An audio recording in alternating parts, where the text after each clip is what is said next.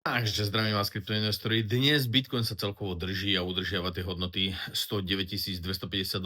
Máme krásne poskočenie a prakticky k tým úrovňam skoro 112 000. Bolo by úplne vynikajúce, ak by sme sa dostali na hodnotu $112 500, ale nemôžeme prepadávať práve cez tú úroveň $109 500.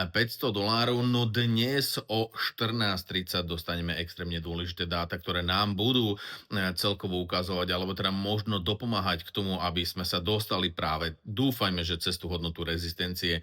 Dostávame dáta, alebo teda dostaneme dáta ohľadom NFPčka a takisto aj nezamestnanosť v Amerike 14:30, veľmi dôležité dáta, tie dáta budú dobre, ak budú negatívne pre trh práce. Ak ten trh práce bude sa prakticky podlamovať nohy, že nebudú tam dobré výsledky, tak to môže byť vynikajúca správa pre nás, skrz toho, že budú veľké očakávania, že Fed zníži úrokové sadzby.